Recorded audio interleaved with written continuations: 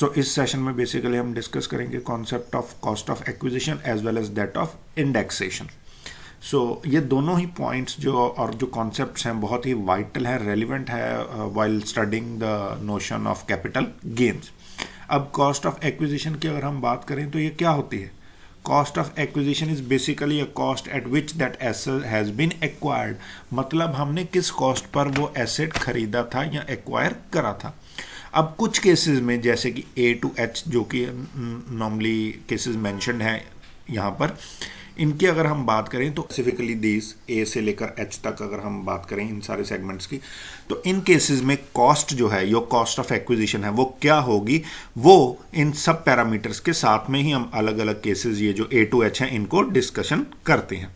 सो आइए देखते हैं। सबसे पहले अगर हम एसेट एक्वायर किया गया हो कोई विदाउट पेइंग एनी प्राइस, इसमें बेसिकली कौन से कंडीशंस या सेगमेंट्स आ जाते हैं? बेसिकली सेक्शन 49 सब सेक्शन 1 जो है उसमें ये सारे टाइप के एसेट्स आते हैं जो कि उस कैटेगरी में फॉल किए जाते हैं कि जब कोई एसेट एक्वायर किया गया हो विदाउट पेइंग एनी प्राइस और consideration for the same.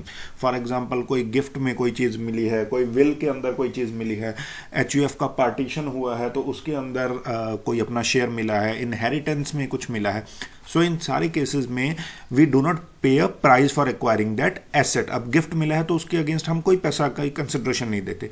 So in cases में अगर हम कॉस्ट की बात करें, कॉस्ट ऑफ एक्विजिशन क्या होगी? Cost of acquisition in cases में जो कि बेसिकली सेक्शन 49(1) के अंदर भी फॉल कर रहे हैं, उनके केस में जो प्रीवियस ओनर है जिससे हमें गिफ्ट मिल रहा है उसने जो कॉस्ट पे की थी, जिस कॉस्ट पे वो एसेट, कॉस्ट क्या होगी? कॉस्ट इस केस में फॉर एग्जांपल अगर हम गिफ्ट की बात कर रहे हैं तो जो प्रीवियस ओनर है जिसने वो एसेट एक्वायर किया था उसने किस प्राइस पे, किस कॉस्ट पे वो एसेट एक्वायर किया था, वो होगी हमारी कॉस्ट ऑफ एक्विजिशन हमारे लिए भी। प्लस अगर कोई कॉस्ट ऑफ इम्प्रूवमेंट थी, कोई इम्प्रूवमेंट की गई उस बिल्डिंग में, प्रॉपर्टी में, किसी भी एसेट के केस में, and minus any depreciation which could have been charged by that particular person और क्लेम्ड। सो इस प्रोसेस से हम एसेट की जो कॉस्ट ऑफ एक्विजिशन एक्वायर करते हैं। अगर हमें सेक्शन 49 सब सेक्शन 1 के अंदर जो पैरामीटर्स हैं, जो कंडीशंस हैं, for example gift, will, inheritance, partition of HUF and so on, so उन केसेस में जब एसेट एक्वायर किया जाए without paying a price. Then अगर हम शेयर्स की बात करें, कोई शेयर्स हैं अमेलगमेटेड कंपनी के, उस केस में जो कॉस्ट है वो कॉस्ट क्या होगी? कॉस्ट वो होगी जो एक्विजिशन ऑफ शेयर्स हुए थे अमेलगमेटिंग कंपनी के, वो जिस कॉस्ट पे किए गए थे वही कॉस्ट मानी जाएगी as a cost of acquisition of shares of amalgamated company. Then अगर हम डेप्रिशिएटिंग एसेट्स की बात करें, जो एसेट्स डेप्रिशिएट होते हैं उनके केस में अगर हम कॉस्ट ऑफ एक्विजिशन की बात करें तो बेसिकली सेक्शन 50 डील करता है डेप्रिशिएटिंग एसेट्स के केस में कि उनकी अगर हमने कॉस्ट फाइंड आउट करनी है तो कैसे होगा, क्या प्रोसेस होगा। और बेसिकली उसमें दो कंपोनेंट्स की हम बात करते हैं, या तो ट्रांसफ़र हो रहा है एक से ज़्यादा एसेट्स किसी ब्लॉक में, या पूरे के पूरे एसेट्स ही ट्रांसफ़र हो रहे हैं उस ब्लॉक के। सो प्रोसीजर क्या है डेप्रिशिएटिंग एसेट्स के केस में भी? जो कंसिडरेशन होगी वो माइनस 3 सेगमेंट्स हैं जो कि डिडक्ट करेंगे कंसिडरेशन में से। पहला, अगर कोई एक्सपेंडिचर हुआ है ट्रांसफ़र करने पे। सेकंड, जैसे कि हमें पता है हमें रिटर्न डाउन वैल्यू निकालते थे उस ब्लॉक ऑफ एसेट्स की at the start of year, वो, और अगर उस साल कोई एसेट परचेज किया गया है एक्चुअल कॉस्ट पे तो उसकी वैल्यू भी ऐड करेंगे। सो इन 3 चीज़ों को टुगेदर हम सब्सट्रैक्ट करेंगे कंसिडरेशन में से, या value of that particular transaction और कंसिडरेशन बीइंग रिसीव्ड। सो वो जो रिमेनिंग अमाउंट होगा वो हमारा हो जाएगा basically count of capital gains in case of depreciating assets. So any assets on which depreciation has been claimed, so such capital assets, the cost of acquisition shall be a combination of 3 things basically: any expenses which are being incurred, written down value at the beginning of year, plus any actual cost of asset which have been purchased during the year. अगर हम advance money की बात करें तो जैसे कि हमने बात की कि कोई एडवांस मनी रिसीव कर ली, कोई फॉरफिट हो गई, एडवांस मनी थी, ठीक है। जैसे कि अगर हम इमूवेबल प्रॉपर्टी की बात करें तो उनके केसेस में काफ़ी प्रेवलेंट है। होता क्या है कि लोग क्या करते थे, लोग इनिशियल कॉन्ट्रैक्ट कर लेते हैं, एग्रीमेंट कर लेते हैं ज़मीन बेचने का या ट्रांजैक्शन करने का, और उसके अगेंस्ट फिर वो एसेट बिकता नहीं है transaction times, it is cancelled और एनी हाउ। सो 2013-14 से पहले प्रोविजंस ये थी बेसिकली एडवांस मनी के रिगार्डिंग, सेक्शन 51 के अंदर ये आता है। उसकी अगर हम बात करें सो जो कॉस्ट होती थी एक्विजिशन की, उसमें से वो एडवांस मनी हम माइनस कर लेते थे for arriving at deciding the overall adjustment of this advance money concept. So हम जो भी एसेट जो which was subject to negotiations, उसका करते क्या थे, उसकी जो रिटर्न डाउन वैल्यू थी या कॉस्ट ऑफ एक्विजिशन थी एज ऑन 1 अप्रैल 2001, जो कि फेयर मार्केट वैल्यू हम प्रिज्यूम करते थे यहाँ। सो उस केस में कि जो एडवांस मनी फॉरफिट हुई है प्रीवियस ओनर के बाद, उस ओनर के बाद, उसको कॉस्ट ऑफ एक्विजिशन में से माइनस करना होता था। जिसका फ़ायदा क्या होता था, उसके लिए हम कर क्या रहे थे, हम बेसिकली करते थे कि हम सिर्फ उसकी जो कॉस्ट ऑफ एक्विजिशन है उसको ही कम कर देते थे bye such amount of advance money which is being received. But अगर हम असेसमेंट ईयर 2015-16 ऑनवर्ड्स की बात करें तो उसमें इसमें चेंज लाया गया है इस प्रोविजंस में।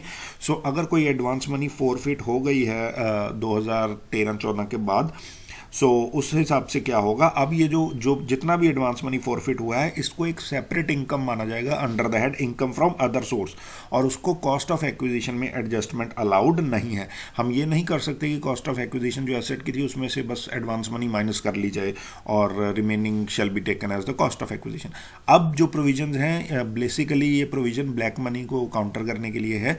सो अब 2015-16 assessment year onwards, so relevant year previous year 2014-15, अगर कोई एडवांस मनी नेगोशिएट रिसीव की जाती है for such transfer of an asset, capital asset, और वो एडवांस मनी फॉरफिट हो जाती है due to non transfer of such capital asset और कैंसिलेशन ऑफ एग्रीमेंट, सो जो अमाउंट है उसको माना जाएगा income under the head other sources and it shall be taxable in the hand of assessee concerned. Then अगर हम बात करें कि कुछ ऐसे एसेट्स सब कंपोनेंट ई की जहां पर कॉस्ट सर्टन करना पॉसिबल नहीं है या इजी नहीं है, तो उन केसेस में क्या करते हैं, जो फेयर मार्केट वैल्यू होती है as on date of acquisition under section 55 this clause is there, so उसको हम प्रिज्यूम कर देते हैं as a cost of acquisition of that particular asset. So जिन एसेट्स की कॉस्ट असर्टन करना पॉसिबल नहीं है या ऑप्टिमम नहीं है, असर्टनेबल नहीं है, सो उनके केस में सेक्शन 55 कहता है कि जो भी फेयर मार्केट वैल्यू है उस एसेट की on the date on which it becomes the property of owner,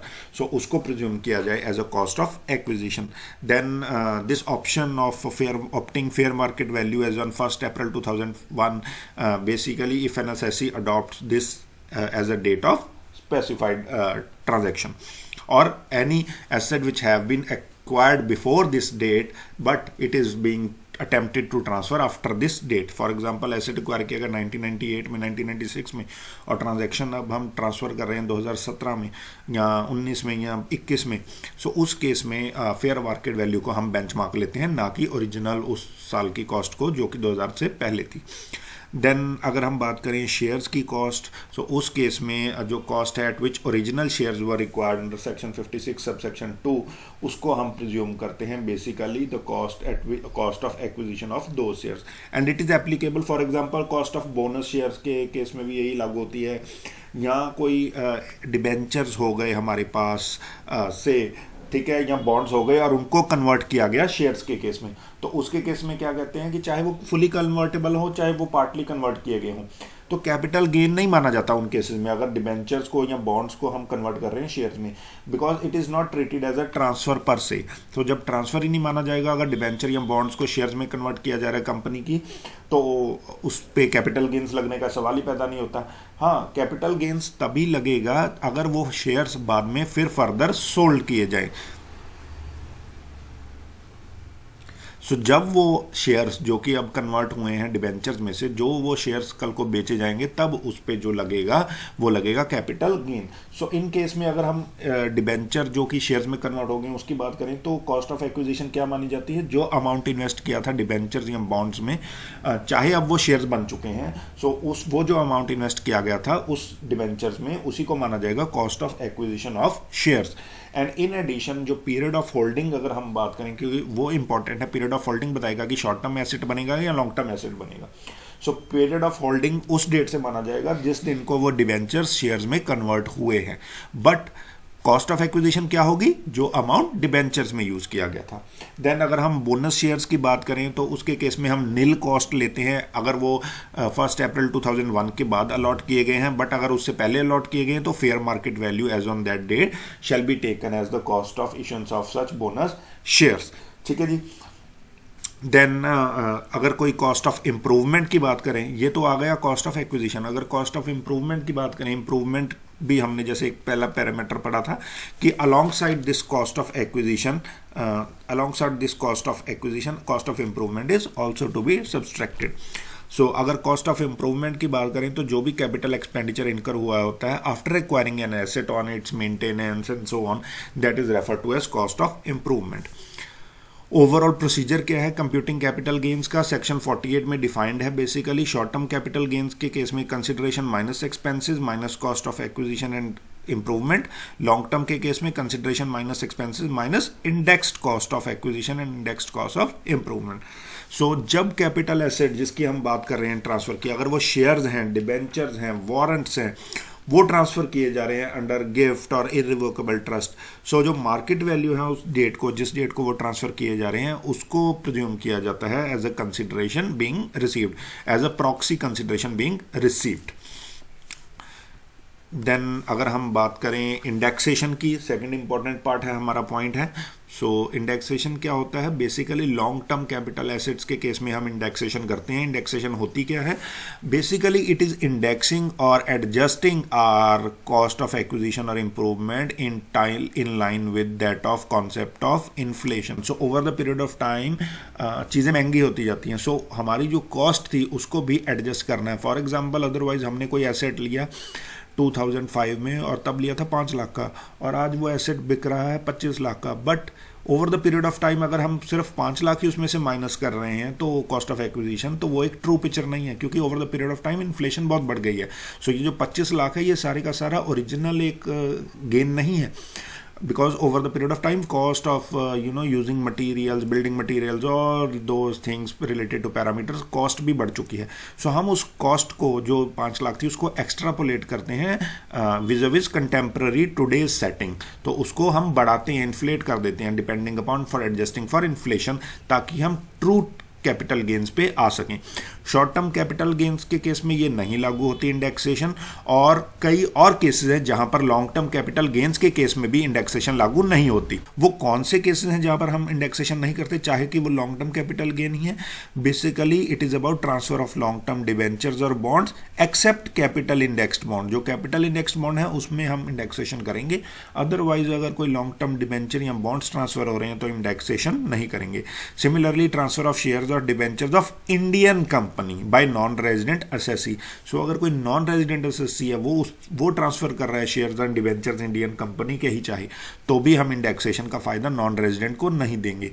similarly कोई अंडरटेकिंग या डिवीजन स्लम्प सेल में ट्रांसफर हो रही है। स्लम्प सेल बेसिकली क्या होता है? Slump sale is selling of an undertaking और डिवीजन और इंडस्ट्री और फैक्ट्री और एनी आइटम और as a lump sum consideration. हम जितने एसेट्स हैं, फॉर एग्जांपल किसी के पास फैक्ट्री है तो फैक्ट्री के अंदर प्लांट भी है, मशीनरी भी है, फर्नीचर भी है, तो वो हर चीज़ को अलग अलग उसकी वैल्यू बनाकर उसको बेचने की बजाय ओवरऑल एक लमसम अमाउंट बना दे कि मुझे पूरी की पूरी फैक्ट्री का, इसके बीच में जो सामान है सारा कुछ मिला के, फर्नीचर भी जो लगा हुआ है, सारी आइटम्स मिला के जो भी इसके अंदर सामान है भरा हुआ, सो सबको मिला के मुझे 5 लाख रुपए मिल जाए। So that is slump sale, selling in a lump sum rather than identifying cost as well as value of each specified underlying block of assets और सच एसेट्स। सो उसके केस में इंडेक्सेशन नहीं करते अगर स्लम्प सेल की जा रही है किसी की। अगर सिमिलरली कोई यूनिट्स परचेज की गई थी, म्यूचुअल फंड यूनिट्स भी हो सकती हैं, दूसरी भी हो सकती हैं जो कि फॉरेन करेंसी में परचेज की गई थी, या कोई सिक्योरिटीज़ हैं जो फॉरेन इंस्टीट्यूशनल इन्वेस्टर्स ने बाई की हैं, उनके केस में हम इंडेक्सेशन का फ़ायदा नहीं देते। सिमिलरली ग्लोबल डिपॉजिटरी रिसिप्ट्स हैं या बॉन्ड्स हैं, कोई परचेज जो किए गए हैं फॉरेन करेंसी में ही, और किसने परचेज किए हैं, नॉन रेजिडेंट ने। सो बेसिकली नॉन रेजिडेंट्स को हम कभी भी इंडेक्सेशन का फ़ायदा नहीं देते। इंडेक्सेशन को करते कैसे हैं? So formula for indexation has been mention down here. Indexation की कॉस्ट ऑफ एक्विजिशन की इंडेक्सेशन करनी है या इंप्रूवमेंट की इंडेक्सेशन करनी है। प्रोसीजर क्या होगा? सबसे पहले हम इंडेक्स लेंगे, वैल्यू लेंगे उस साल की जिस साल ट्रांसफ़र हो रहा है एसेट। फॉर एग्जांपल से इस साल ट्रांसफ़र हो रहा है एसेट तो 2021, ठीक है, डिवाइडेड बाय जिस साल वो एसेट एक्वायर किया गया था। फॉर एग्जांपल ये एसेट एक्वायर किया गया था 2005 में, multiply by cost of acquisition, actual cost of acquisition कितनी थी। सो ये जो साल है, यहाँ पर ये साल नहीं आएंगे, इस साल की इंडेक्स वैल्यू लिखनी है हमें, ठीक है, ध्यान रखें यहाँ पर साल नहीं लिखना।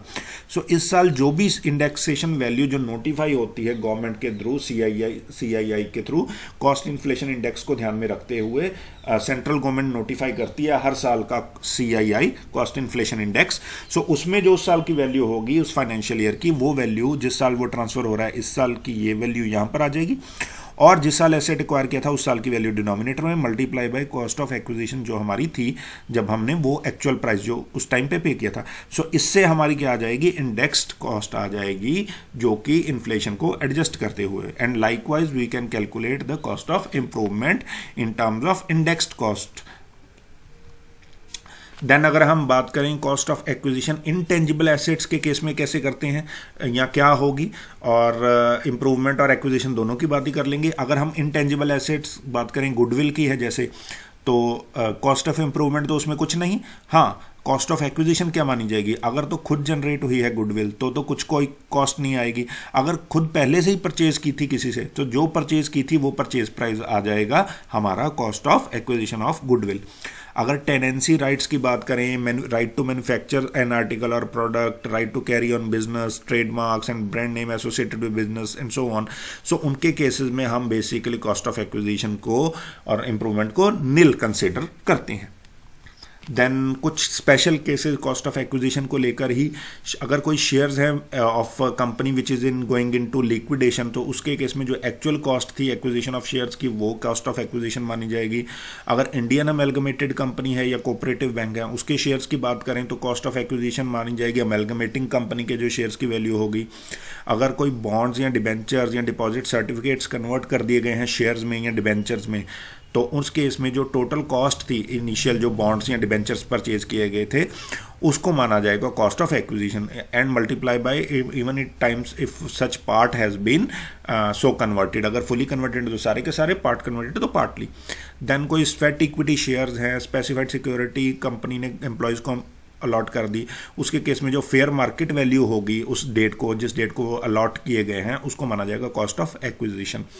राइट्स शेयर्स की बात करें तो एग्जिस्टिंग शेयर होल्डर के केस में जो परचेज प्राइस कंपनी को पे किया जा रहा है, और अगर नए शेयर होल्डर्स की बात करें तो जो purchase price being paid to company plus price being paid to existing share holders. Then अगर हम इंडेक्सिंग की बात करें बेसिकली तो ये डिफरेंट सिचुएशंस हैं जो हम इंडेक्सेशन में कंसीडर कर देते हैं। कोई लॉन्ग टर्म एसेट जो कि बिफोर 1 अप्रैल 2001 को परचेज किया गया, आफ्टर 1 अप्रैल 2001 को परचेज किए गए, उसके दो केसेस करेंगे। बिफोर 1 अप्रैल बट कौन से केसेस में, सेक्शन 49 सबसेक्शन 1 जहां पर हम डील करते हैं गिफ्ट से, पार्टीशन ऑफ HUF, विल और इनहेरिटेंस के केस में। ये केस क्या है, यही सारी कैटेगरीज का case but after 1 April 2001 and this reflects all the remaining cases, remaining modes जहां पर गिफ्ट विल पार्टीशन के केस ना हो। सो अगर हम गिफ्ट विल पार्टीशन के केस करें बिफोर 1 अप्रैल 2001, सो जो एक्चुअल कॉस्ट होगी या फेयर मार्केट वैल्यू होगी एज ऑन 1 अप्रैल 2001, दोनों में से जो भी हायर वैल्यू होगी उसको कंसिडर करेंगे, मल्टीप्लाई बाय CII जिस साल कॉस्ट इन्फ्लेशन इंडेक्स जिस साल उसको ट्रांसफर किया जा रहा है एसेट को, डिवाइडेड बाय जो 2001 एंड 2 जो बेस ईयर हम ले रहे हैं उसका CII, दैट इज 100। देन अगर हम बात करें इन्हीं सारी कैटेगरीज में बट एसेट कब एक्वायर किया गया है 1 अप्रैल 2001 के बाद, सो उस केस में हम एक्चुअल कॉस्ट ही बेसिकली लेते हैं because it is going to be more than fair market value. So otherwise the formula is actual cost of fair market value whichever is going to be higher multiply by same CII of year of transfer, जिस साल transfer हो रहा है उस साल का cost inflation index divided by जिस साल एसेट एक्वायर किया गया। देन अगर हम रिमेनिंग एसेट्स की बात करें तो बेसिकली एक्चुअल कॉस्ट आएगी हमेशा, फेयर मार्केट वैल्यू नहीं यूज होगी, multiply by CII of year of transfer divided by that of cost inflation index of year of acquisition of that particular asset. So this is how we study और perform indexing vis-a-vis capital gains is concerned. Some points are to be noted while computing or undertaking indexation. Basically benefit of indexation हम available करते हैं, देते हैं in respect of units of UTI as well as mutual funds as well, but depreciable assets अगर कोई हैं उन पे कभी भी indexation नहीं करते। Similarly short term capital assets अगर हैं तो उसमें भी indexation कभी नहीं करती। इनकी बात करें in case of non resident, so अभी तक जो हमने indexation का framework किया था और कैपिटल गेन कंप्यूटेशन का, वो that is applicable for all assets and assets except shares and debentures which are held by non residents. So अगर नॉन रेजिडेंट्स हैं और उन्होंने शेयर्स की उनके पास हैं तो उसके केस में कैपिटल गेन्स कैसे डिसाइड करना है। अगर उसने वो शेयर्स परचेज किए हैं यूजिंग फॉरेन करेंसी तो कैपिटल गेन कंप्यूट किया जाता है उसी करेंसी में जिस करेंसी में उसने परचेज किए हैं शेयर्स।